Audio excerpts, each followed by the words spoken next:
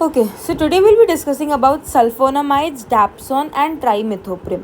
Before learning about it, let us learn about the biochemical pathway on which all the three drugs are acting. Basically, they are acting on the folic acid wala pathway. Okay, so let us see. First of all, what happens? PABA combines with pteridine to form dihydropteroic acid, and the enzyme acting over here is dihydroperoate synthase. As the name suggests, it will synthesize dihydroteroic acid, right? Then this dihydroteroic acid is converted to dihydrofolic acid, and this dihydrofolic acid is further converted to tetrahydrofolic acid with the help of the enzyme dihydrofolate reductase, because it dihydro to tetrahydro, so there is reduction happening, right? And now this THF can be used for one carbon reactions, that is like in synthesis of methionine, thymidine or purines, right? And this is involved in the synthesis of DNA, RNA and protein.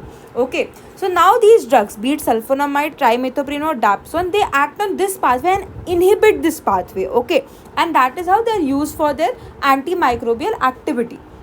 So sulfonamide and dapsone act on the enzyme dihydroteroate synthase and inhibit it. So therefore PABA and pteridine cannot be, they cannot form dihydroteroic acid and the pathway will not continue forward.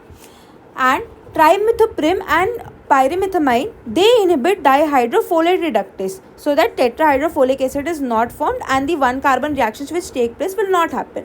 Now if this pathway is blocked, we all know what will happen. DNA, RNA and protein synthesis will get disrupted, and that's how they exhibit their antimicrobial activity.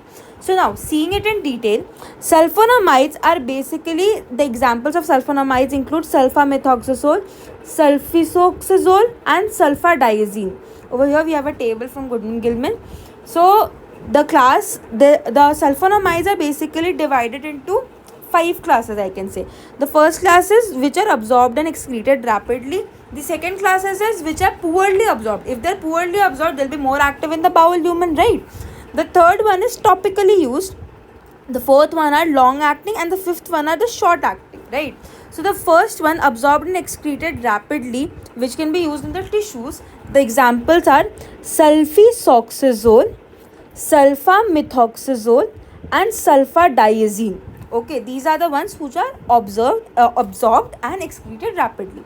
The ones active in bowel lumen, these are used in the treatment of ulcerative colitis and all. These include sulfasalazine and olsalazine. Okay, the ones topically used are sulfacetamide and silver sulfadiazine. The long acting ones include sulfadoxine, and the shortest acting one is sulfacitidine. Okay, now basically the sulfonamides have high volume of distribution, so they are very well distributed in the tissue. Okay, and they also attain bactericidal concentration in urine, so they can be used in the treatment of urinary tract infections also. Their bioavailability of the well absorbed ones are around 70 to 100%. They are bound in the albumin.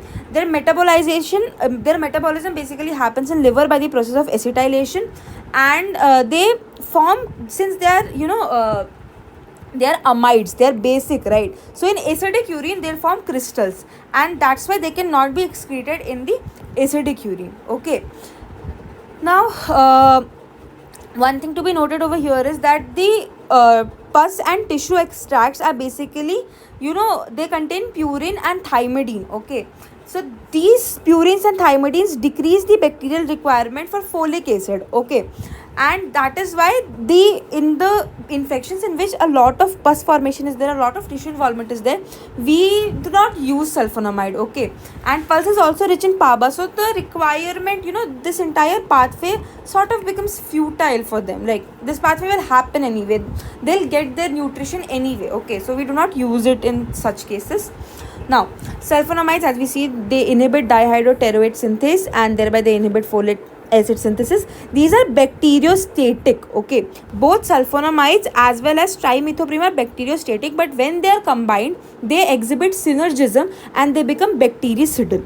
Okay, the clinical use includes in gram-positive bacteria and gram-negative bacteria, in nocardia, and we use the combination of trimethoprim and sulfamethoxazole, which is also known as cotrimoxazole. We use that in cases of simple UTI, which we'll be seeing later. The adverse effects of sulfonamides include hypersensitivity reaction, hemolysis if the patient is G6PD deficient, nephrotoxicity, photosensitivity, Steven-Johnson syndrome, in which there is extensive scalding of skin, kernicterus in infants, and since they are heavily bound to albumin, as you saw, so the drugs which are also bound to albumin, for example warfarin, they will displace these drugs and cause the toxicity of those drugs. Like suppose if there is this albumin molecule in which warfarin is bound, this sulfonamide will come and this will knock off this warfarin. So warfarin will be now more in plasma, so it will exhibit more of its effect, right? So there will be bleeding tendency in the patient, for example over here. Okay, also these sulfonamides can cross placenta, one thing to be noted over here. Now how does the bacterium acquire resistance against sulfonamides? They either alter the enzyme which the sulfonamide inhibits, that is the dihydropteroate synthase, or they can, basically alteration involves lowering the affinity for the site. The bacterium can also reduce uptake by either decreasing permeability to sulfonamide or increasing the efflux, or the bacterium can improve PABA synthesis, para-aminobenzoic acid, by any alternative pathway, and this is how there is resistance against sulfonamides. Okay, now when one organism is resistant to one sulfonamide, it is resistant to all of them. That means if the organism becomes resistant to sulfoxazole, it will be even resistant to sulfamethoxazole and sulfadiazine.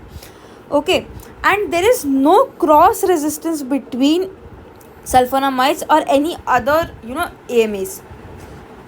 Now next we'll learn about trimethoprim first. Trimethoprim also has very high volume of distribution, better than sulfonamides also. It is also bacteriostatic, it inhibits DHFR, and when combined with sulfonamides it becomes bactericidal. And the combination is used, why do we use the combination? You suppose you are inhibiting this enzyme also, so the slightest of possibility of getting converted into THF is inhibited, so it is a better combination, and that will lead to accumulation of abnormal DNA, or the DNA will not get synthesized only, so that will lead to the bactericidal action of the combination. Okay, so this combination is used in simple UTIs, Shigella, Salmonella infection, pneumocystic infections, and even for the pneumonia treatment. And it is also used for the prophylaxis of pneumonia caused by pneumocystis, and also used in prophylaxis of toxoplasma. Okay, now the adverse effects of trimethoprim include hyperkalemia. Its mechanism is similar as the potassium sparing diuretics. It acts on the DCT and causes hyperkalemia. It may even cause megaloblastic anemia. Why megaloblastic anemia? It is causing folic acid deficiency, right? So since folic acid is becoming deficient, so it can cause megaloblastic anemia. There could be leukopenia or granulocytopenia because DNA RNA synthesis is getting impaired, right? And all of these effects, how can we avoid these side effects? Is we can administer leucovorin, which is nothing but folinic acid. Folinic acid is the active form of folic acid. Okay, so within the body, basically conversion from inactive state to active state is not required, so we directly give the active state, that is the folinic acid, and that's how we treat this side effects. And how does a bacterium acquire resistance against trimethoprim? Is by acquiring plasmids which lower the affinity of binding. Okay, when trimethoprim and basically sulfamethoxazole, SMX and TMP as we say, when they are combined in a fixed dose combination, we call it cotrimoxazole, and this cotrimoxazole is bactericidal because of the synergistic effect. Okay, this cotrimoxazole has nearly same T half as both trimethoprim and sulfonamides. Now one thing important to be noted over here is we take the dosage form. We take 5 parts of sulfamethoxazole to 1 part of trimethoprim. Okay, why do we take so? Because trimethoprim is heavily it is very lipid soluble. Okay, so we want an effective dose in the plasma, an effective concentration in plasma to be 20:1. So we take more dosage of sulfonamide so that trimethoprim, it distributes widely in tissue, and the plasma concentration ultimately we reach is 20:1. Cotrimoxazole is contraindicated in pregnancy, as we noted over it. This enzyme, it crosses placenta. Now you think if it inhibits DNA synthesis in the fetal cell, it will be devastating, right? So it's contraindicated in pregnancy.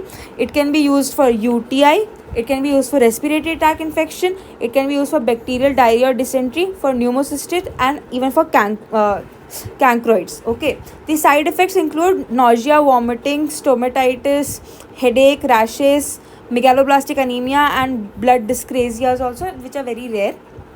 So this is basically about sulfonamide, trimethoprim, and cotrimoxazole. Now there is another drug known as Dapsone. Dapsone is very similar to sulfonamides, but it is structurally distinct, and because of this distinction, it is particularly used in the treatment of leprosy. When we see the regimen for leprosy, Dapsone is one of the, the prime drugs which we use over there. It is used for lepromatous and tuberculoid leprosy. Leprosy, as we know, the de Joplin classification, it classifies it into 5 different forms. So the extremes, lepromatous and tuberculoid, in that we use Dapsone. We can also use it for prophylaxis of pneumocystis, and it may be used in combination with trimethoprim.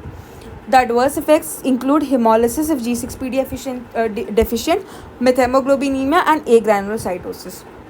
I hope you all understood the topic: sulfonamide, Dapsone, and trimethoprim. Thank you.